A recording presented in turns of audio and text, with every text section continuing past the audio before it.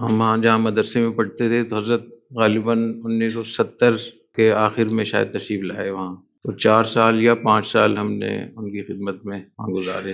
تو جو ہم نے ان میں تقویٰ دیکھا، جو سچائی دیکھی، سچ بولنا اور دھوکہ دہی سے، 2 نمبری سے، غلط بیانی سے بچنے کا جو اہتمام ہم نے دیکھا ان میں، تو سچ اور حق یہ ہے کہ شاید اس کی نظیر ملنا مشکل ہو۔ ایک تو یہ کہ وہ علمی لحاظ سے جو کچھ وہ سمجھتے تھے کہ یہ صحیح ہے اس کو بتاتے تھے۔ انہوں نے مدرسے سے اور طلبہ سے کبھی خیانت نہیں کی، بڑی وضاحت اور صراحت کے ساتھ وہ بات کرتے تھے، کوئی چیز ایسی چھپاتے نہیں تھے جیسے عام طور پہ غلط بیانی ہوتی ہے۔ ایک تو ہمیں وہ خود سکھاتے تھے کہ جب بھی کوئی تم سے پوچھے کہ تم کیوں پڑھتے ہو، تم یہ کہا کرو کہ ہم اللہ کی رضا کے لیے پڑھتے ہیں۔ تو ہم اتنے چھوٹے تھے کہ ہمیں یہ معلوم نہیں تھا کہ اللہ کی رضا کس کو کہتے ہیں، لیکن وہ ہم سے کہلواتے تھے، اور اتنی کثرت سے کہلواتے تھے کہ شاید ہی کوئی ہفتہ خالی جاتا ہو، اتنا ان کے اہتمام تھا۔ اور ہم سے 3 انہوں نے عہد لیے، معاہدے لیتے رہتے تھے وقتاً فوقتاً۔ ایک تو یہ کہ تم فارغ ہو کر تعویذات اور عملیات کا کام نہیں کرو، دوسرا ہے کہ اسکول کی طرف نہیں جاؤ گے، کیونکہ اسکول ہمارے مدرسے کے بالکل متصل تھا، اس لیے ان کو اندیشہ تھا کہ یہ ذہین طلبہ ہیں، یہ کہیں ادھر ادھر نہ نکل جائیں۔ تیسرا ہے کہ محتمم نہیں بنو گے، کیونکہ ان کا یہ خیال تھا کہ جو آدمی محتمم بن جاتا ہے وہ انتظامی کاموں میں اتنا پڑ جاتا ہے کہ پھر اس کے لیے تعلیم میں، تحقیق میں حصہ لینا بہت مشکل ہوتا ہے۔ اسی طریقے سے وہ بیریش طلبہ سے معانقہ نہیں کرتے تھے، بالکل بیریش طلبہ سے کوئی ہدیہ قبول نہیں کرتے تھے، بیریش طلبہ سے خلوت نہیں کرتے تھے، اتنے زیادہ وہ اہتمام کرتے تھے۔ اگر کسی نے کوئی ہدیہ دے دیا تو اس کو ایسی ڈانٹ پلاتے تھے کہ دوبارہ کسی کی ہمت نہ ہو۔ طلبہ سے بالکل خدمت نہیں لیتے تھے، کوئی کام بھی اپنا طلبہ سے نہیں لیتے تھے، خود کپڑے خود دھوتے تھے، اور جتنا بھی ان کو چائے وغیرہ پکانی ہوتی تھی خود پکاتے، طلبہ کے ذمہ نہیں ہوتی۔ جمعہ کے دن وہاں طلبہ چائے پیتے تھے، ساجی خود بھی جمعہ کے دن چائے بناتے تھے، اور بیچ میں کبھی کبھار کچھ اور چیزیں بھی شاید کر لیتے ہوں گے، تو اس کے لیے ان کو لکڑیوں کی ضرورت ہوتی تھی، تو ہم لوگ بھی جاتے تھے جنگل میں لکڑیاں چننے کے لیے تاکہ سوختے کے لیے، جلانے کے لیے کام آئے، تو استاد جی بھی ہمارے ساتھ جاتے تھے، تو اپنی لکڑیاں الگ چنتے تھے، فرماتے تھے کہ جو طلبہ کی لکڑیاں ہیں وہ میں استعمال نہیں کروں گا۔ اور جب اس کا گٹھڑی جب بن جاتی تھی لکڑیوں کی، اس کو خود سر پہ رکھ کے لے کر آتے تھے۔ ہمیں بہت شرم آتی تھی، سب طلبہ استاد جی سے کہتے تھے استاد جی آپ ہمیں اجازت دیتے ہیں، ہم اتنا سامان لے کر جا رہے ہیں تو آپ کی گٹھڑی تو بہت بڑی ہے بھی نہیں۔ کہتے نہیں۔ پھر ایک وقت ایسا آیا کہ انہوں نے، کیونکہ اسباق بہت زیادہ پڑھاتے تھے ماشاءاللہ، 23 اسباق روزانہ پڑھاتے تھے، فجر کی نماز کے متصل بعد بیٹھ جاتے تھے، اور یہ جیب میں رات کی بچی روٹی ہوتی تھی اور لسی کا ایک جگ ہوتا تھا، تو جیسے جیسے ان کو بیچ میں ضرورت پیش آتی تھی تو وہ جیب سے روٹی نکالی اور لسی کے 1-2 گھونٹ لے لی، تو اس طریقے سے بیچ بیچ میں وہ ناشتہ کرتے رہتے تھے۔ تو کسی نے مشورہ دیا ہوگا، یا جو ہمارے جو بڑے استاد جی تھے محتم صاحب وہاں کے، وہ خود چونکہ طبیب بھی تھے، بہت بڑے طبیب تھے، تو وہ بہت سارے مشورے صحت کے حوالے سے دیتے رہتے تھے۔ تو حضرت نے، ہماری استاد جی نے پھر دودھ کے لیے بکری رکھی، تو اس بکری کے لیے چارہ بھی خود لے کر آتے تھے، اور ہم بہت کہتے تھے کہ استاد جی ہم لے آئیں چارہ، تو نہیں، اس پہ تیار نہیں ہوتے تھے، چارہ بھی خود لے کر آتے تھے۔ اور روزانہ چونکہ عصر کے بعد تفریح کے لیے جاتے تھے، تفریح میں پھر وہ صیغے بھی، گردانیں، ترکیبیں، سوال جواب، اجرا، وہ ساتھ ساتھ میں ہوتا تھا، تو اسی دوران پھر اپنی بکری کے لیے گھاس بھی کاٹ لیتے تھے، اور اس کو کچھ چرا کر بھی لاتے تھے، تو اس کی جو رسی ہوتی تھی اپنے ہاتھ میں رکھتے تھے۔ جس راستے سے ہم لوگ جاتے تھے وہ راستہ کافی محفوظ تھا، لیکن دائیں بائیں کھیت بھی ہوتے تھے، تو ہم نے استاد جی سے کہا استاد جی آپ کتنے اپنے آپ کو پریشانی میں ڈالتے ہیں، اپنی اس کو ہاتھ میں جیب اس میں رکھتے ہیں، تو اس کو چھوڑ دیں، ہم اس کو دیکھ لیں گے۔ تو فرماتے تھے کہ نہیں، یہ ادھر ادھر منہ مارے گی، اور اس کے بعد اس کا جو دودھ ہوگا میرے لیے مشکوک ہو جائے گا کہ کسی کی اجازت کے بغیر اس کے کھیت سے چارہ کھانا، یہ چیزیں۔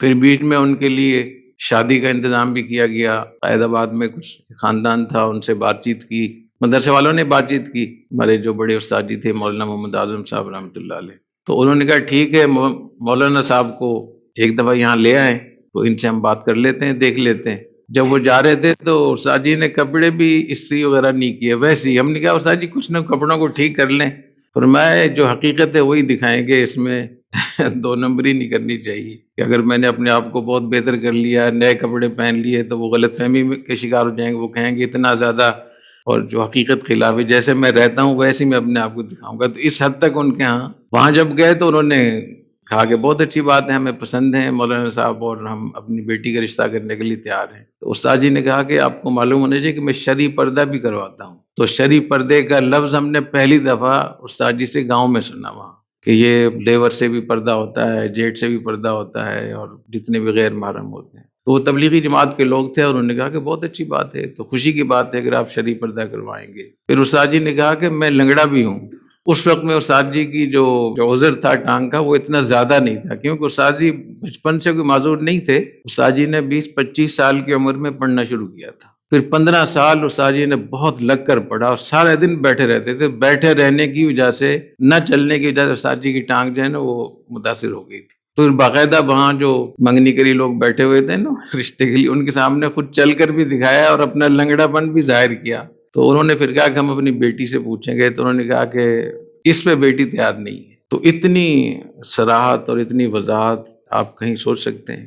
پھر اتنا زیادہ اہتمام سے پڑھاتے تھے کہ جتنی مدت ہم نے پڑھا ان سے، ہمیں تو یاد نہیں ہے کہ کسی 1 گھنٹے کا بھی ناغہ کیا ہو. بعض ایسے مواقع آئے، 2-3 مواقع ایسے آئے جس میں یہ ہوا کہ آج چھٹی ہو جائے گی، ناغہ ہو جائے گا. ایک مرتبہ استاد جی شب جمعہ کے لیے تشریف لے گئے تھے بکر میں، تو وہاں دن بھر انہوں نے گزارا. شام کے وقت میں بسیں نہیں ملی، 6-7 میل دور تھا، میرے خیال میں 10 کلومیٹر تو ہوگا. تو ہمیں یقین ہو گیا کہ پہلی دفعہ زندگی میں ہم چھٹی انجوائے کریں گے، ہم نے کبھی چھٹی دیکھی نہیں تھی. تو ہمیں یقین تھا کہ نہیں پہنچیں گے. لیکن استاد جی وہاں سے پیدل چل کر رات میں پتہ نہیں کتنے بجے چلے اور صبح سویرے پہنچ گئے اپنے وقت پہ. تو ہمارے خوشیوں کا خون کیا استاد جی نے. ہم تو بچے تھے نا بہت زیادہ. ایک مرتبہ استاد جی بیمار ہو گئے، اور بیمار بھی اتنے زیادہ ہو گئے کہ بچنے کی امید نہیں تھی. تو استاد جی نے وصیتیں کر دیں، جو بھی وصیتیں کی جاتی ہیں موت سے پہلے، اور اپنی کتابوں کے بارے میں جن کے استاد جی خود مالک تھے ان کے بارے میں کہہ دیا کہ یہ کتابیں فلاں طالب علم کو دے دینا. تو اس دن بھی ہم خوش تھے کہ آج استاد جی جو ہے نا وہ سبق نہیں پڑھائیں گے. جب سبق کا وقت ہوا تو استاد جی نے کہا کہ آج آپ سبق پڑھنے کے لیٹے لیٹے کتاب سینے پہ رکھی، ہل بھی نہیں سکتے تھے، تو سینے پہ کتاب رکھ کر ہمیں سبق پڑھایا استاد جی. ایک دفعہ طلبہ نے ہڑتال کر دی تھی اور طلبہ سب باہر چلے گئے.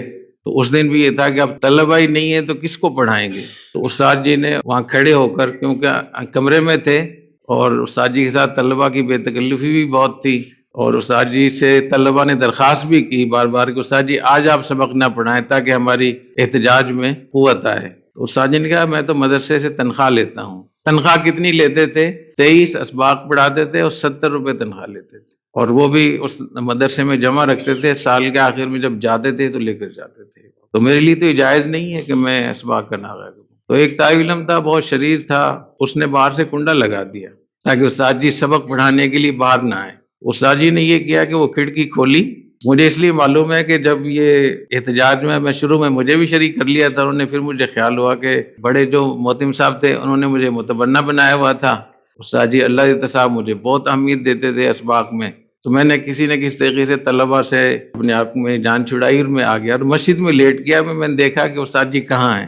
تو استاد جی نے اپنے کمرے کی کھڑکی کھولی ہوئی تھی اور کتاب وہاں کھڑکی میں رکھ کے اور کتاب سبق پڑھا رہے ہیں. تو بعد میں ہم نے استاد جی سے پوچھا استاد جی آپ سبق کیسے کس کو پڑھا رہے تھے؟ جنات کو پڑھا رہے تھے؟ انہوں نے کہا کہ پڑھانا میری ذمہ تھا، پڑھنا طلبہ کے ذمہ تھا. تو وہ کام نہیں کر سکتے، میں اپنا کام تو کروں. تو اس قدر انہوں نے حلال کھانے کا اہتمام وہ کرتے تھے، ایک مشتبہ چیز کوئی ایسی نہ جائے. سبق میں اگر ہم کوئی چیز ان کو کوئی سوال کرتے تھے تو اس کا جواب دیتے تھے. اگر جواب نہیں آتا تھا تو صاف طور پہ کہتے تھے کہ مجھے جواب نہیں آتا اس کا. کبھی انہوں نے شش و پنج کا قصہ نہیں کیا. انہوں نے جیسے طلبہ کو بعض دفعہ سازہ ٹرخا دیتے ہیں، بات کو گھما دیتے ہیں، ایسا نہیں تھا.